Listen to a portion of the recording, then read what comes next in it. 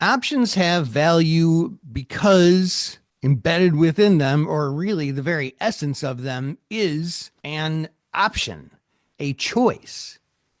Think about that.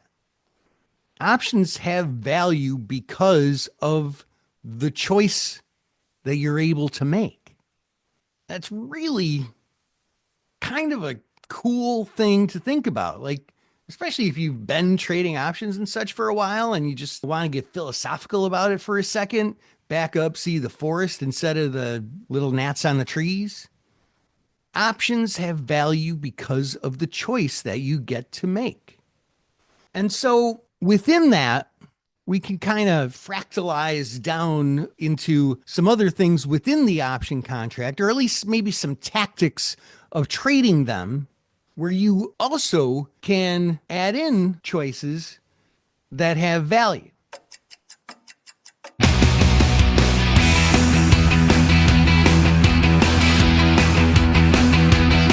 Hello, Wealth Builders. You're listening to Wealth Building with Options. Here's your host, Dan Passarelli. Hey, Wealth Building family. Welcome to episode 29. The truth is more profitable than fiction.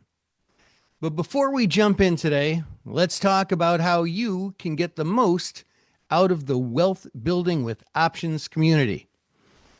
Help grow the Wealth Building with Options community by subscribing to it in your favorite podcast app. And if you're already a listener, you can support the show with a paid subscription. When you do, you'll get video extra episodes, so you can get hands-on video training on things we talk about in the podcast.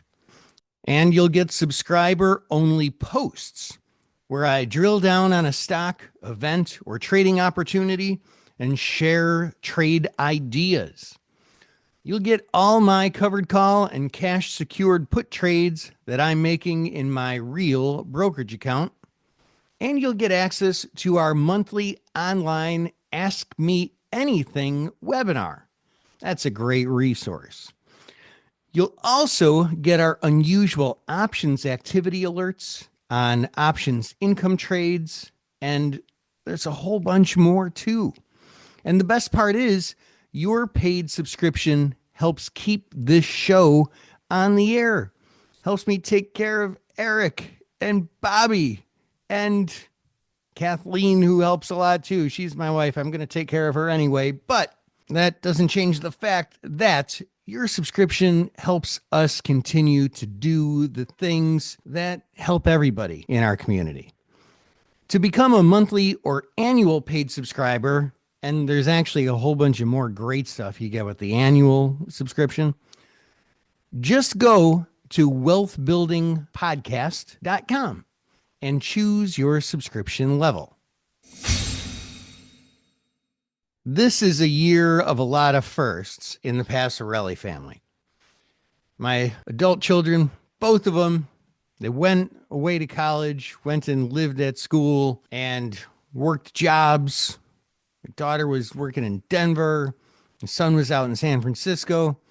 And sooner or later, they all come home. That's what a guy I used to work with on the trading floor used to say about kids. Sooner or later, they all come home. And guess what? They did. I had both of them living with us for a while, and they both just moved out. They're living together in an apartment in Chicago, being adults and stuff. I mean, kind of adults. They're both still in school. My son just started medical school. Now, like the Sunday or Saturday or whatever it was before medical school started, they had what they call the white coat ceremony. And that's where all the students who are just starting medical school, this big journey, they get their white coats, which is like the doctor coat that they're going to wear for the rest of their lives or whatever it is, at least through school.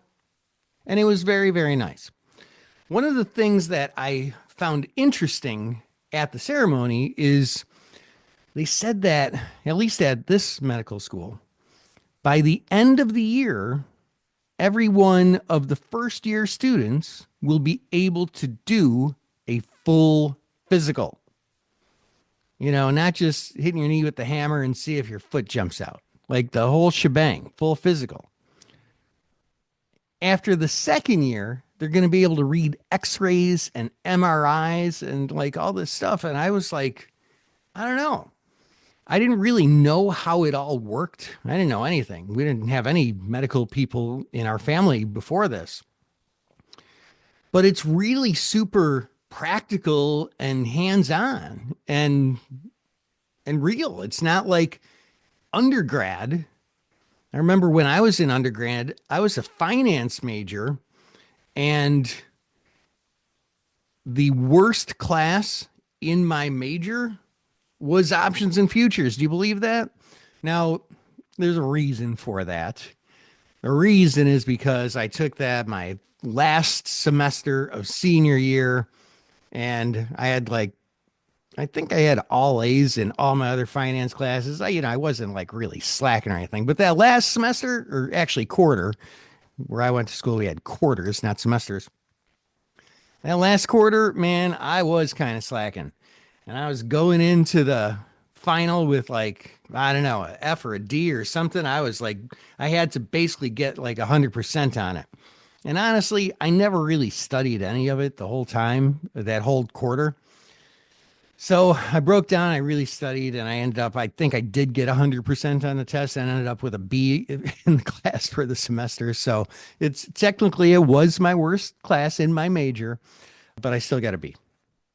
But the thing is, I didn't learn anything about options and futures that could help me in the derivatives market, which is like all I live and breathe these days. Everything was kind of theory. I don't think the professor would have known a call or a put if one came up and bit her on the behind. But I don't know. It just left an impression on me that like medical school, it's like they're really learning how to be doctors, I guess. And you kind of get this dichotomy with education. And that's why I talk about helping me grow the community and being able to keep this on the air and all that business. Because I think it's important to not just have didactic textbooks that you read about options that tell you all these things that really don't hold water in real life. The truth is more profitable than fiction. With these things, covered calls and cash secured puts, it's so much more than the upside down hockey sticks. It's so much more than if it goes above the strike price, this happens. If it falls below where the stock was minus the premium at your break even, it's so much more than all of that. And these are the things that I think are really, really important. And hey, that's what the show's about. And that's really what a lot of today's show specifically is going to be about when it comes to really trading the wheel, the ins and outs, the long covered call. Now I switch to a cash secured puts. Now I sell another cash secured put and I roll and go around and around the wheel. That's what this episode is going to be about. So without further ado, let's get to it. Options have value because embedded within them, or really the very essence of them, is an option, a choice. Think about that. Options have value because of the choice that you're able to make. That's really kind of a cool thing to think about. Like, especially if you've been trading options and such for a while and you just want to get philosophical about it for a second, back up, see the forest instead of the little gnats on the trees. Options have value because of the choice that you get to make. And so within that, we can kind of fractalize down into some other things within the option contract, or at least maybe some tactics of trading them, where you also can add in choices that have value. And the one that is coming to mind today, that a big part of this episode is going to be predicated on, is the idea of being able to adjust the strike. Now, there are different types of options contracts. And when I say types, I mean American exercise style, European exercise, Asian exercise, knockouts. And there are some options where you actually can adjust the strike within it. And that's something that affects the valuation of the option. It's pretty, I mean, if you could just make it whatever you wanted, whenever you wanted, gosh, I mean, I'd pay extra for that, right? That choice has value. But you kind of do a little bit have some control over that, even with just regular old American exercise options. If I sell, let's say that there's a stock at $150 a share. Well, I could sell the 1 month 165 strike calls at whatever. And that means between now and a month from now, as long as the stock doesn't go up above that strike price, I don't get called away. If it goes down, as long as it doesn't go down more the premium, whatever. But that strike price is the strike price for a month. But if instead I sell a 1 week call, I could choose the 165 strike, but it's probably going to have a pretty low value because, hey, it's 10% out of the money. If there's a month to go in option 10% out of the money, I could probably get a decent premium for that.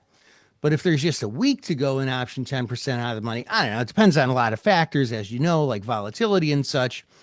But you might not get a lot for it. You might have to sell like the 160 calls, right? But here's the thing. Stocks can't move as much in a week as they can in a month. And so there's a reason for that. And if the stock goes up during that week and it gets close to 160, but not through it, or heck, even if it does get through it, I can roll to a different strike. I could buy back those 160 calls that expire like today or tomorrow or whatever now, fast forward in time, and sell another 1 week call. Maybe now it's maybe now it is the 165 calls, or maybe it's even the 170 calls. I can change that strike. And there's value to that. And I was kind of thinking about this when I was putting together the notes for this show. There's a lot of criteria that go into setting up a great covered call or cash secured put. Just kind of talking in the context of covered calls right now. There's a lot of criteria that goes into setting up a great covered call. There's volatility, there's time to expiration, there's support and resistance, there's valuation of the stock, strike proximity. But then there's also your choice of which expiration and which strike. And if I sell shorter term options, I get to change that strike price more often. And if I were to rank all the criteria that matters the most to optimizing a covered call trade, man, I don't know. Being able to adjust the strike, that's a pretty valuable thing. Being able to roll to change the strike because they're shorter term options that are going to expire anyway and I have to roll them. There's some value to that. I don't think it's necessarily as valuable as like, does this stock have great fundamentals? Is there really, really strong resistance at X price? But it's one of the things that when in doubt, I choose a shorter expiration. Imagine an investor is starting the wheel by selling a cash secured put. Okay. I've been talking about in the context of covered calls. Now let's talk in the context of cash secured puts. So boom, sell a cash secured put. Doesn't matter the strike or anything like that. Just let's keep it simple. Fast forward to expiration day, and let's assume the put is still out of the money. Oh, okay. Put's out of the money because it didn't fall below the strike. Now, it might have gone down. The stock might have gone down, but we're making the assumption that it's still above the strike. So the stock, since it did go down some, it's now closer to the put strike than it was when the put sold.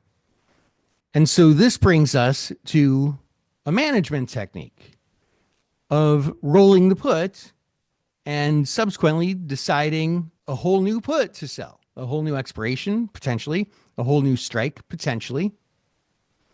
And by the way, I'm pretty sure we're all on the same page with this. I'm pretty sure we talked about rolls, but if anybody's just joining here, a roll is when a trader enters a closing order for an option that they have on, and at the same time, as part of one trade, enters another order to open a new option of the same type. They're either both covered calls or they're both cash secured puts.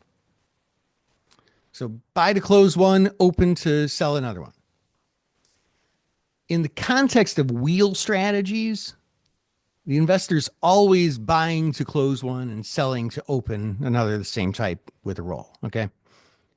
Now, in the case of what I'm talking about, in the case of this cash secured put, if the trader that we're talking about in this example was to roll to sell another put at the same strike price with the same amount of time to expiration as it was when they originally sold this. So, maybe they sold a week-long put, stock went down a little bit, but not through the strike. Okay, thing's about to expire. We're going to roll. Let's say maybe we sell another week-long put, okay? In this case, if the trader was to roll to sell another put at that same strike, the proximity of the stock being now lower, closer to that same strike, it's going to reduce the wiggle room to maybe a less comfortable range. Now, there is this thing about, do we have the skate objective or the trade objective that we've talked about? At least we've talked about it a little bit. We'll talk a lot more about it.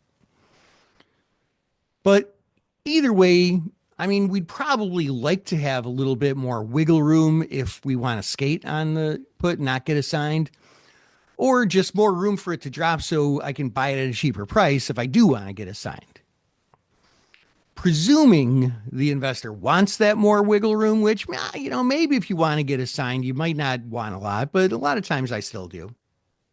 The investor can get a more comfy cushion between where the stock price is and where the strike price is by just selling a lower put strike this time around. Okay, now similar examples, same example, but let's assume that the stock rose somewhat. Okay, well, now selling that same strike as the last trade with another week, okay, same amount of time as it was last time. Well, now I've got more wiggle room, but the problem there is I'm going to get a smaller credit because the put is farther out of the money.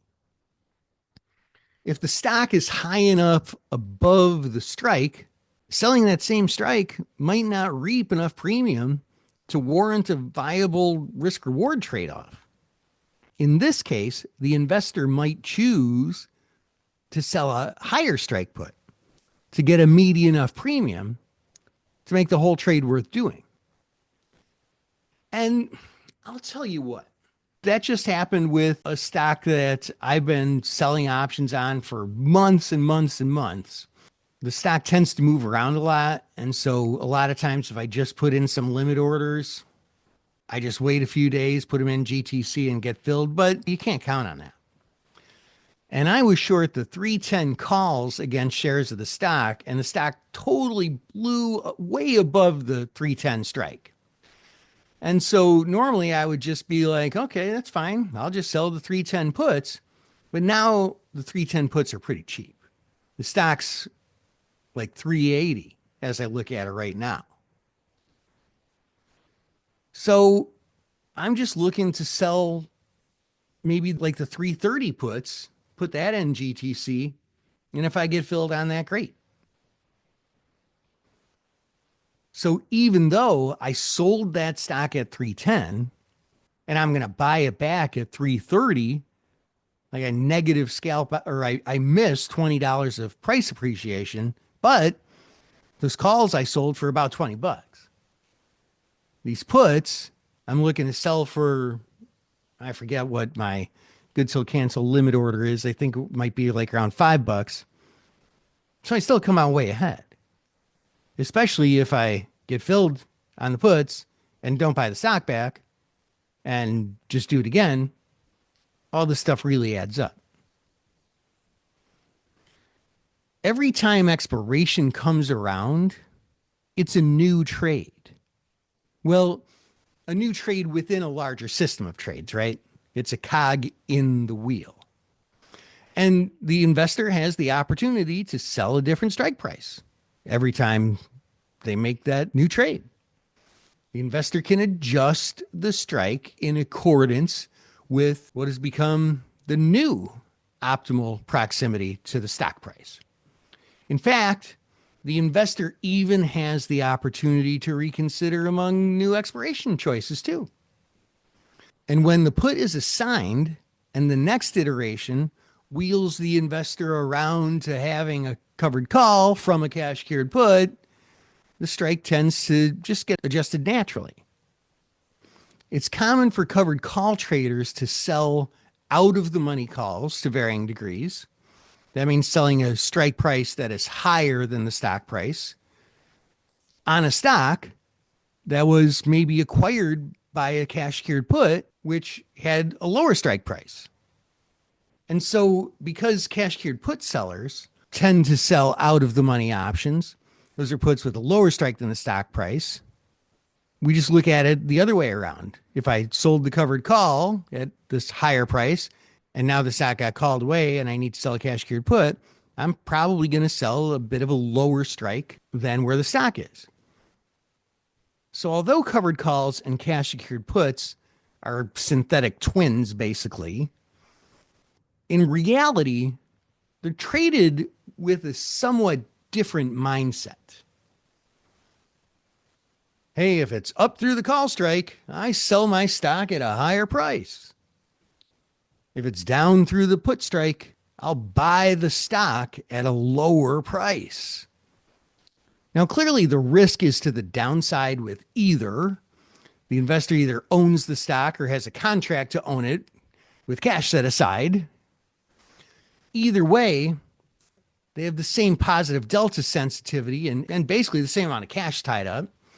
But from the assignment perspective, the trade with the trade objective, the trader's looking for selling higher and taking a profit with the covered call and buying at a discount, a better valuation with the cash cured put. So when things go textbook, the trader scalps, meaning they buy low, buy the stock low when the cash cured put is assigned, and then sell high. They sell the stock high when the covered call is assigned with disregard to the order. It doesn't matter. And they can lock in profits. Now, to be real, kind of like we were talking about when we started here, it doesn't always go textbook. But do you believe that? It doesn't always go textbook? Incredible, right? But that's okay. Sometimes the put, say a put with an 80 strike price gets assigned because the stock fell to like 70. And when sizing up what strike to sell for the call on those newly assigned shares, maybe now that the stock's at 70, the 80 strike calls might be too cheap, but the 75 calls, I can get a decent price for those, and maybe they make sense just independent of where I bought that stock. Getting assigned at 80.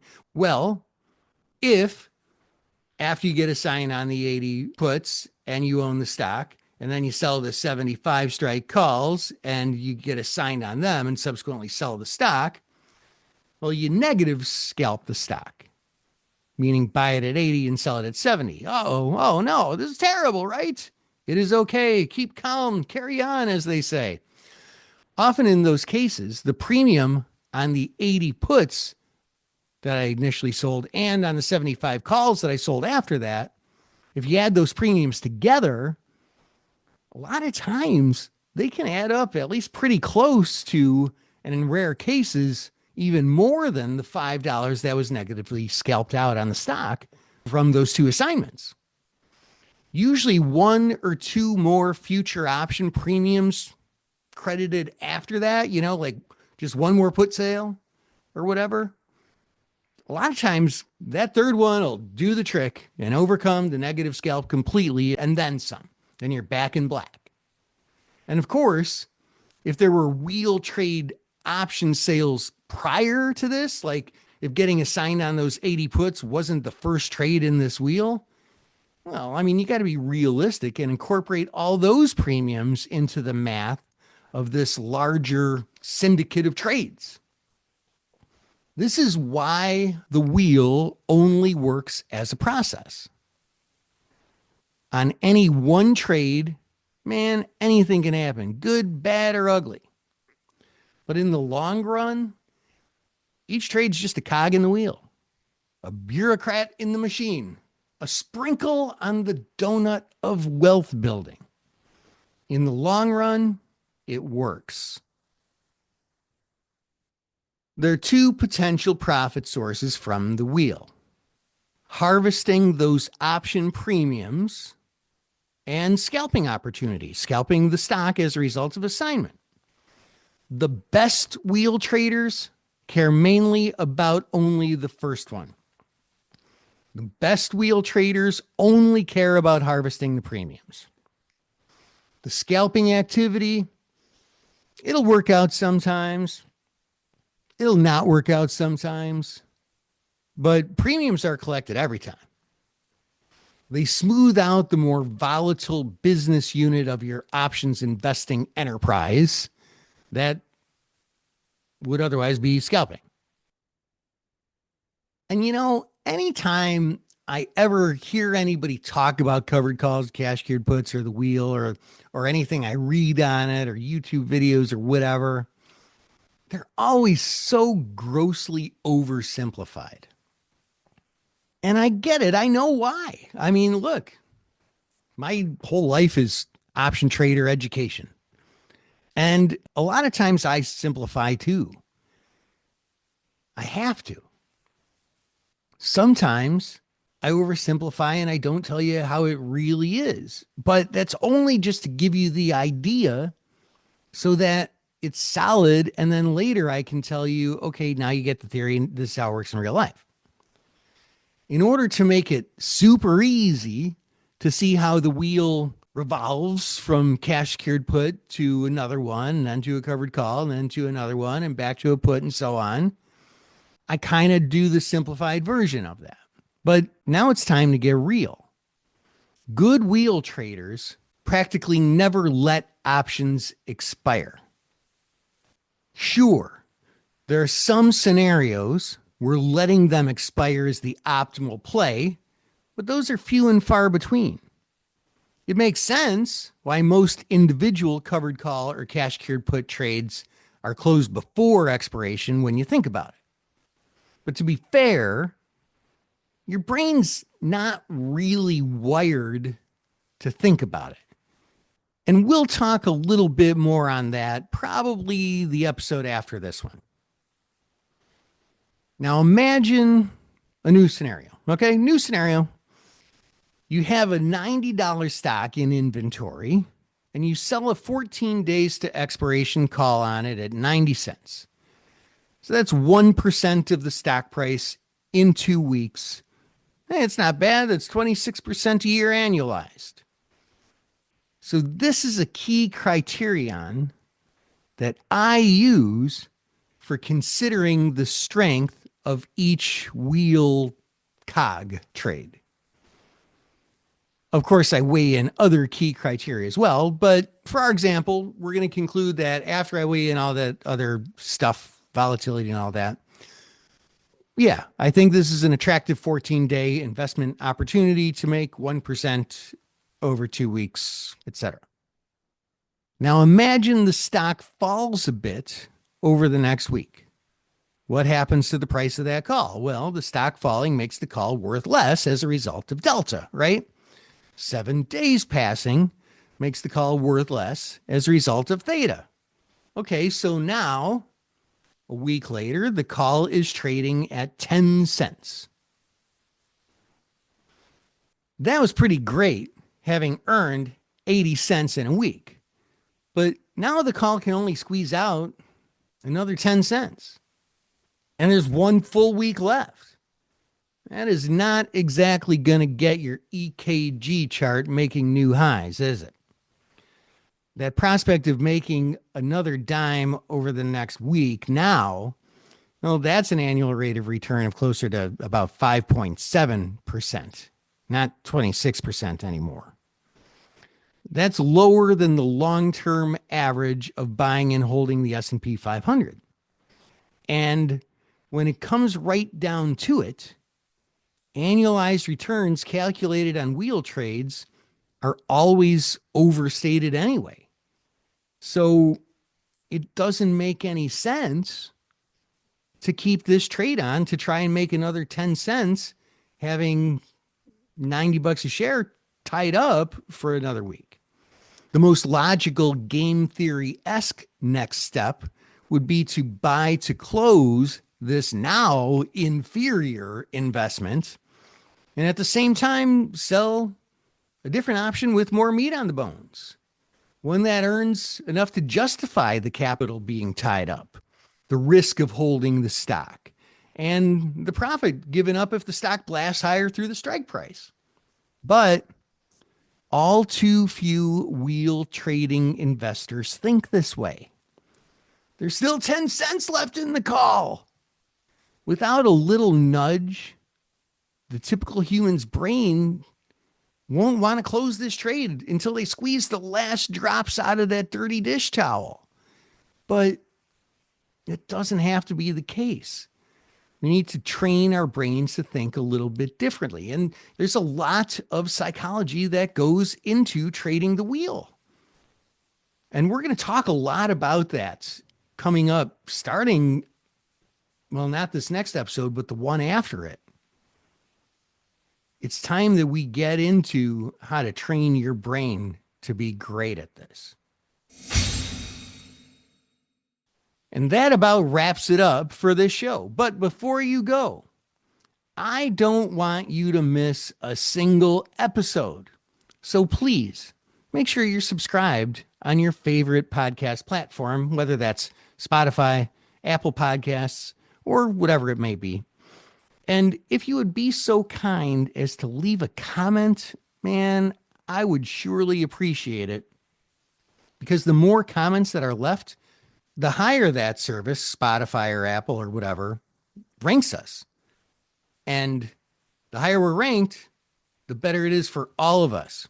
And we can grow the wealth building with options community, and we all benefit.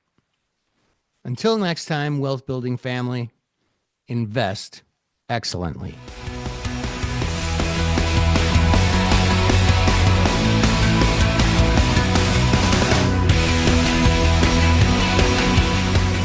Options involve risk and are not suitable for all investors. Before buying or selling an option, read characteristics and risks of standardized options. A link is provided in the show notes. To learn more about your host, Dan Passarelli, please visit markettaker.com.